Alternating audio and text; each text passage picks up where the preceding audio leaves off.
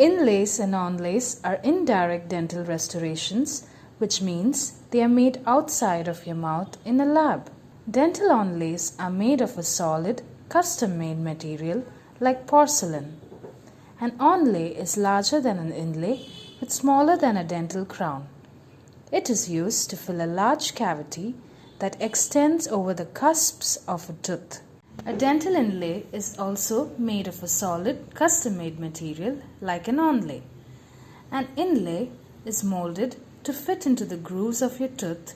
It does not extend over the cusp of your tooth.